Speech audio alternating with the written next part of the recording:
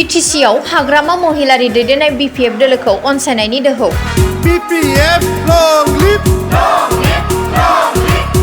18 नं मानास सेरफां बियाबनि सिङाव थानाय 1 नं अग्रंनिफ्राय प्रमद बर' दैदेननाय इउ पिपल सरकारखौ नागारनानै लोब लोब ओंखारबोदों हाग्रामा महिलारि दैदेननाय बिपिएफ दोलोखौ फिन सरकाराव लाबोनो थाखाय।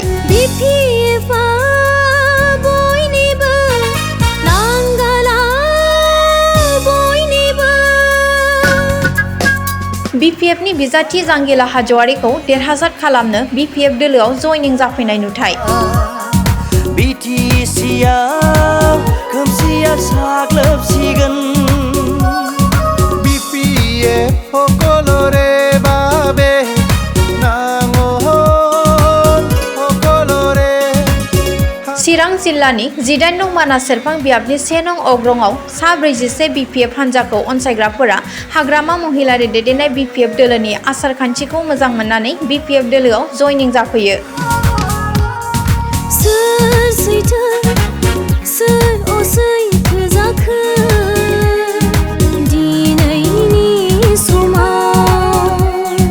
सैथो जोहोलावखौ जों लाबोफिननांगोन जोंनि बड'लेण्डआव।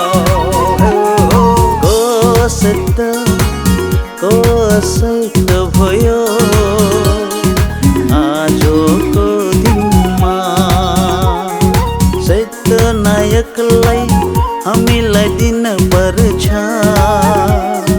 हाम्रो बडोल्याण्डमा। नङाब्ला जोंनि बिटिसिआ गुबुननि आथिं